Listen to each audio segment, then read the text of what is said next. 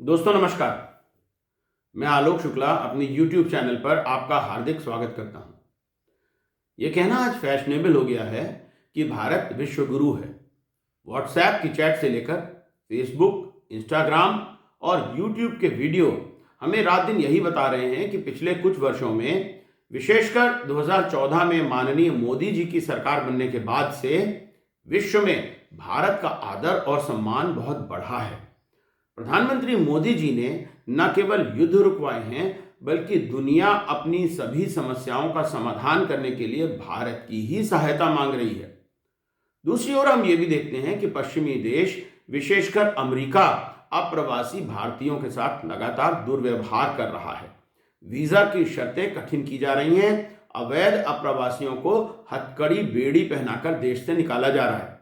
पश्चिम के देशों में राइट विंगर भारतीयों को घृणा से पजीत कहते हैं। तो आइए प्रसंग में आज जानने की कोशिश करते हैं कि सच क्या है, भारत और भारतीयों का स्थान विश्व पटल पर क्या है और वास्तविक सम्मान के लिए क्या करने की आवश्यकता है। लेकिन आगे बढ़ने के पहले मेरी चैनल को सब्सक्राइब कर लीजिए और बेल आइकॉन भी दबा दीजिए, जिससे आपको हर नए वीडियो का नोटिफिकेशन मिलता रहे। अगर वीडियो अच्छा लगे तो इसे लाइक और शेयर भी जरूर करिएगा। भारत में मोदी सरकार के आने के बाद से विश्व गुरु शब्द ईजाद हुआ। सरकार और सरकार के पक्ष वाले मीडिया ने यह कहना शुरू कर दिया कि भारत इतना शक्ति संपन्न देश बनता जा रहा है कि अब लगभग सारी दुनिया भारत को अपना मार्गदर्शक मान रही है। दूसरे शब्दों में, भारत पूरे विश्व का गुरु बन गया है। सारी दुनिया के लोग भारत और भारतीयों को सम्मान देते हैं और भारत से सीखते हैं। सोशल मीडिया और टीवी चैनलों में भारत को विश्वगुरु बताने की होड़ सी लग गई।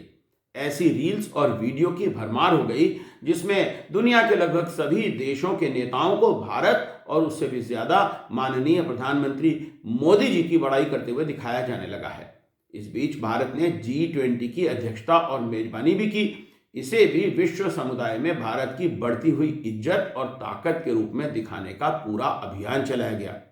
मजे की बात यह है कि यह पूरा अभियान देशी ऑडियंस को ध्यान में रखकर चला था।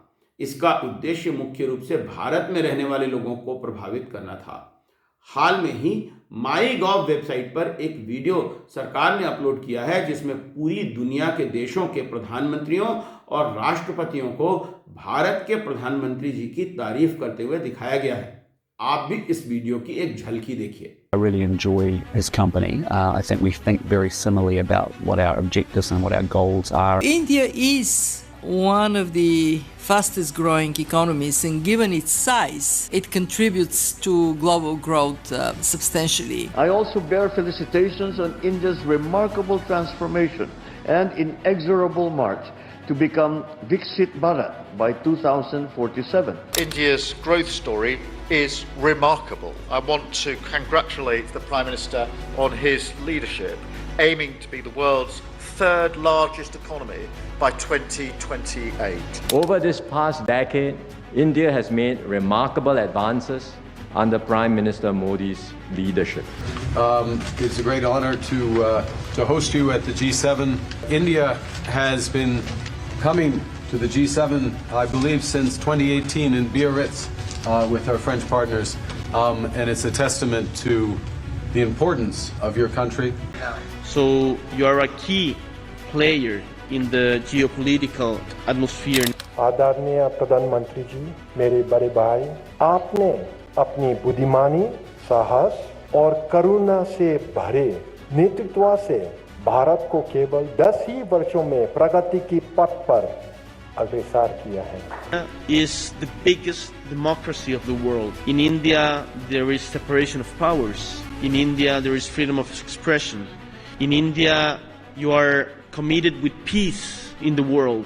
India stands at the vanguard of European progress, guided by a bold, inclusive vision for development, sustainability, and technical innovation. Mr. Modi, you are a transformational force who has refined governance of India and positioned your country as a prominent and dominant global power. Is an enormous country, home to 1.5 billion people, boasting a growing economy with a 7% annual growth rate, leading among major global powers.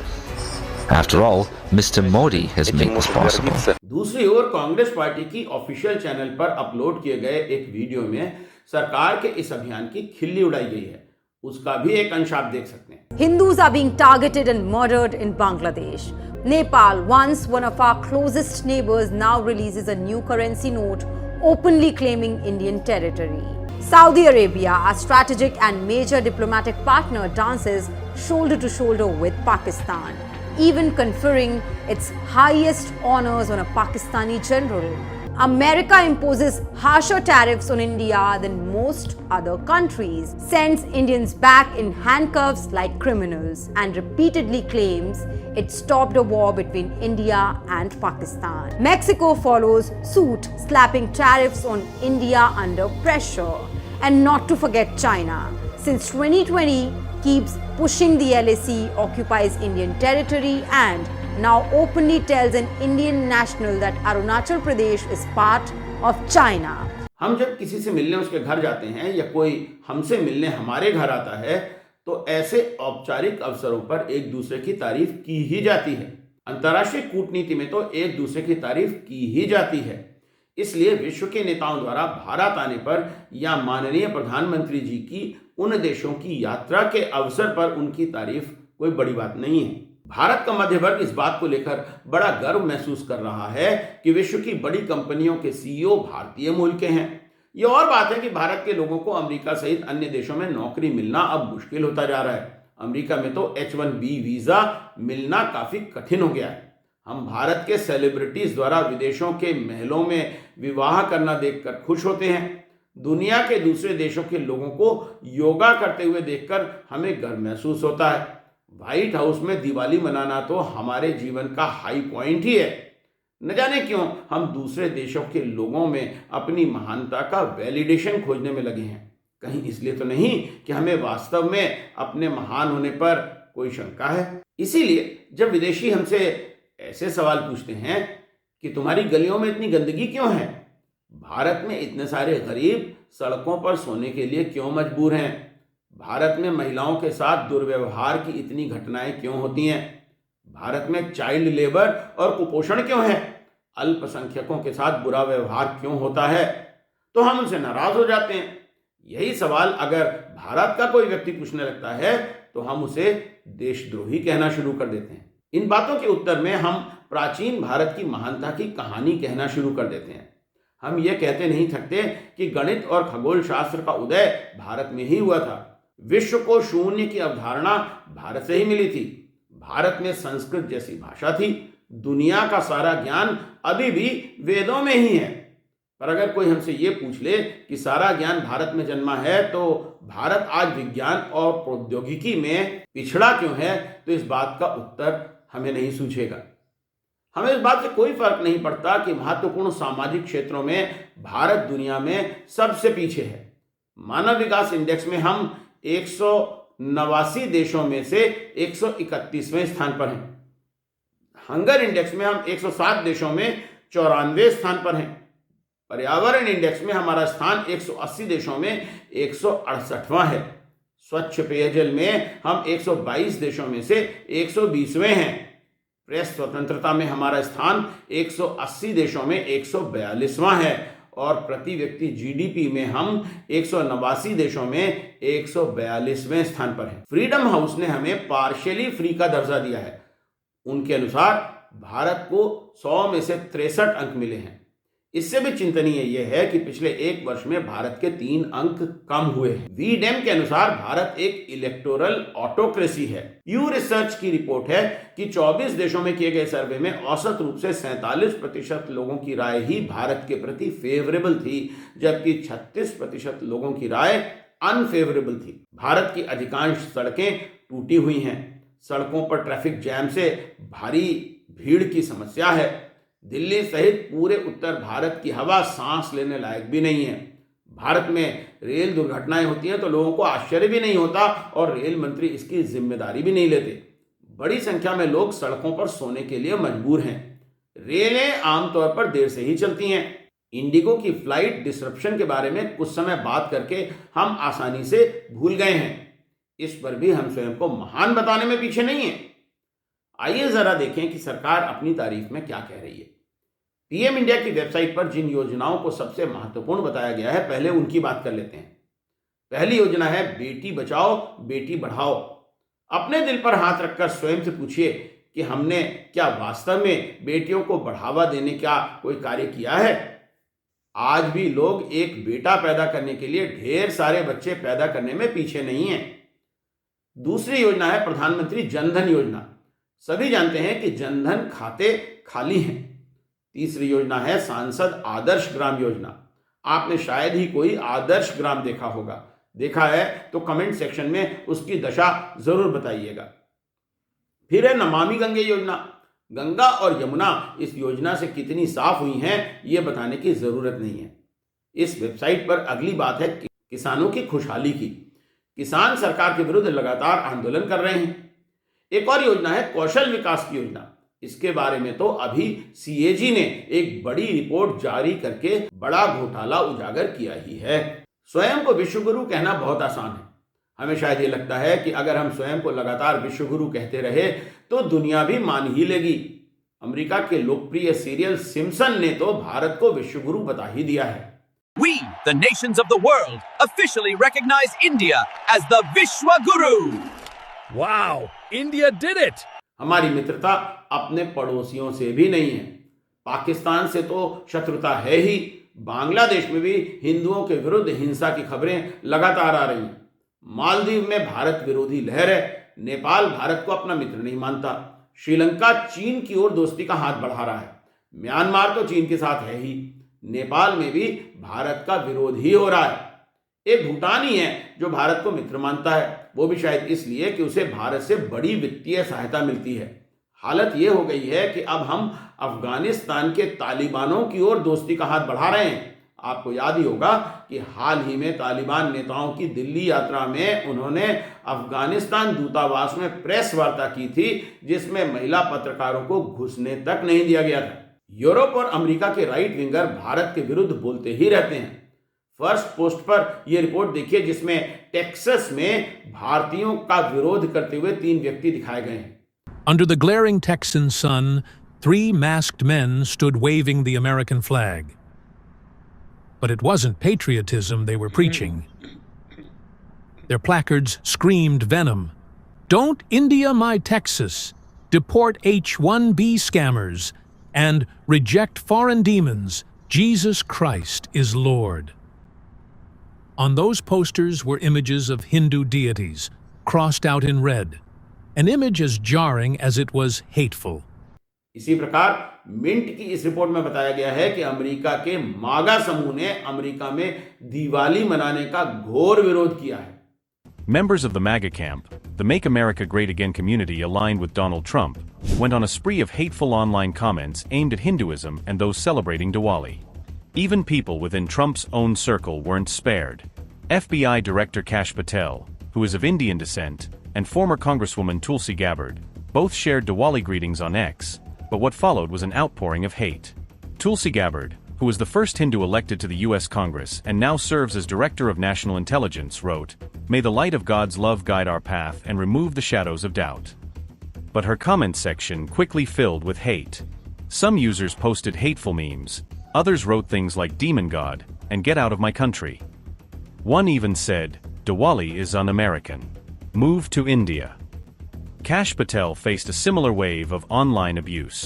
His post about Diwali was flooded with comments like "pagan holidays," "you should be deported," and "this is America, we don't celebrate Diwali."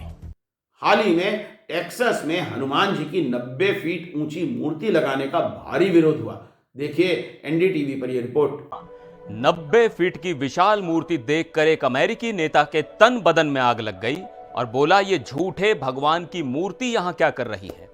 ये कोई गली मोहल्ले का नेता नहीं है, ये है अमेरिका की रिपब्लिकन पार्टी का एक बड़ा चेहरा, और इसने जो जहर उगला है ना, उसके बाद से पूरे अमेरिका में बसे हिंदुओं और भारतीयों में हड़कंप मच गया है। इन्होंने हनुमान जी की मूर्ति का वीडियो पोस्ट करते हुए लिखा, हम टेक्सास में एक झूठे हिंदू भगवान की झूठी मूर्ति को क्यों बनने दे रहे हैं, हम एक ईसाई राष्ट्र हैं। भारतीयों का यह विरोध अमेरिका के कुछ लोगों में हेट के स्तर तक जा पहुंचा है। पश्चिम के देशों में अल्ट्रा राइट विंग के लोग भारतीयों को घृणा से पजीत कहते हैं। हाल ही में 4chan पर एक वीडियो बड़ा वायरल हुआ है जिसमें पजीत कहकर भारतीयों को घृणा का पात्र बताया गया है। लगभग 1 घंटे के इस वीडियो का शीर्षक है India the worst country on earth. इसमें भारतीयों के विषय में इतना बुरा कहा गया है कि यह पूरा वीडियो देखना सभ्य समाज में संभव ही नहीं है। फिर भी इसका छोटा अंश मैं आपको दिखा रहा हूं जिससे आप इस चरमपंथी राइट विंग के लोगों में भारतीयों के प्रति घृणा की पराकाष्ठा को समझ सकें। India, a country shrouded in mystery. It is a cursed land and quite possibly the most disgusting country on earth today. Some may even say it is the worst country to ever exist. In this God-forsaken land, the native Indian Hindu, more colloquially known as the Pajit, breeds out of control like a plague of rats. भारतीयों के प्रति इस प्रकार की भावना केवल America तक ही सीमित नहीं है। कोरिया के क्लबों में भारतीयों के प्रवेश पर प्रतिबंध के बारे में कोरियन हेरल्ड अखबार में छपी ये खबर देखिए। YouTube पर ऐसे अनेक वीडियो हैं जिनमें कोरिया के क्लबों में भारतीयों के प्रवेश पर रोक दिखाई गई है।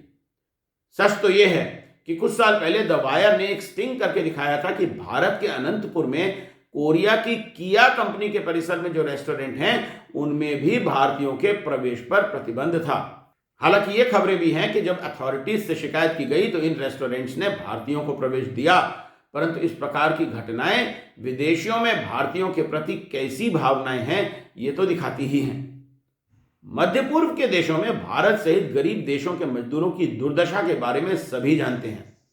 इस बारे में मलयालम की प्रसिद्ध फिल्म आदु जीवितम में बड़े विस्तार से दिखाया गया था। इन देशों की कफाला प्रणाली में मजदूरों को स्पॉन्सर करने वाले कफील को मजदूर पर पूरा अधिकार होता है। मजदूर एक प्रकार से उसका गुलाम ही होकर रह जाता है। सऊदी अरब ने हाल ही में कफाला प्रणाली का अंत किया है, परंतु लेबनान, जॉर्डन, कुवैत आदि देशों में यह प्रणाली अभी भी लागू है। सबसे पहले समझिए कफाला सिस्टम था क्या। कफाला शब्द दरअसल अरबी भाषा से आया है जिसका मतलब होता है sponsorship.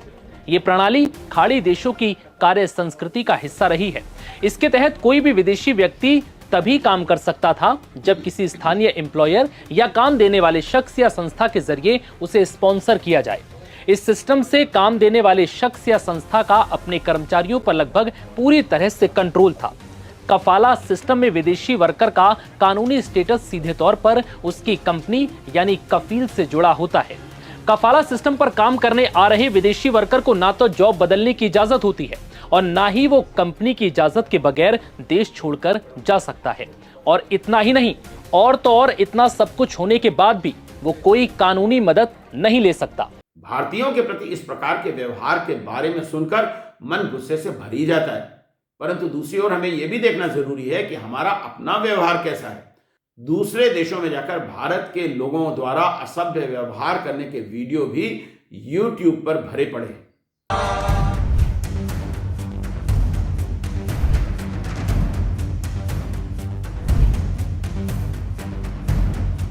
This video of a group of Indian tourists dancing at a popular tourist attraction in Thailand has been going viral, with many criticizing their behavior as lacking in basic civic sense. The video exploded online amid a slew of similar clips showing Indians dancing or playing loud music in public places abroad. A few days ago, a video went viral showing a group of Indian men playing loud music and dancing on the streets of Toronto, causing what many thought was a public disturbance. Noticed. From Bali to Dubai, from Singapore to Switzerland, the phrase Indian tourists has started carrying the same kind of warning bells that loud American used to. People expect noise, trash, and a total disregard for local etiquette. And in 2025, when everyone has a phone camera, this behavior doesn't just annoy locals, it goes viral. हमें याद रखना होगा कि दूसरे देशों में हम मेहमान हैं और हमें मेहमानों की तरह सभ्य व्यवहार करना चाहिए। ऐसी घटनाएं भी अक्सर सामने आती रहती हैं जिनमें विदेशी पर्यटकों के साथ भारत में अच्छा व्यवहार नहीं किया गया है। भारत आने वाले विदेशी मेहमानों के प्रति भी हमारा व्यवहार सभ्य होना चाहिए। आज तो हालत यह है कि हम अपने ही देश के पूर्वोत्तर के निवासियों के साथ बुरा व्यवहार करने से बाज नहीं आते और उन्हें चिंकी, मोमो आदि कहकर अपमान करते हैं। हाल ही में एंजल चकमा के साथ जो हुआ वो हमें शर्मसार करने के लिए काफी है। हमें स्वयं को विश्वगुरु कहकर अहंकार करने की आवश्यकता नहीं है। हम स्वयं पर गर्व करें, ये अच्छी बात है, परंतु अहंकार को तो कोई भी अच्छा नहीं कहेगा। ये सच है कि भारत के लोगों ने बहुत सी सफलताएं पाई हैं। हमारा देश लगातार प्रगति की राह पर अग्रसर है। हम गरीबी को दूर हटाने का भरसक प्रयास कर रहे हैं। मुझे इस बात में भी कोई शंका नहीं है कि भविष्य भारत और भारतीयों का ही है। भारत का अपमान करने वाले लोग थोड़े से ही हैं। ऐसे लोगों को मुंह की खानी ही पड़ेगी। हम बस इतना ध्यान रखें कि दुनिया के देशों में भारत का आदर और सम्मान हमारे अपने व्यवहार पर निर्भर करता है। हम न पजीत हैं और न ही विश्वगुरु। हम विश्व समुदाय के एक सदस्य के रूप में दुनिया में अपनी भूमिका का निर्वहन कर रहे हैं और इसके लिए आदर, सम्मान और बराबरी के हकदार हैं। तो आज के लिए इतना ही। जल्दी ही फिर मिलेंगे किसी नए विषय पर वीडियो के साथ। तब तक के लिए नमस्कार।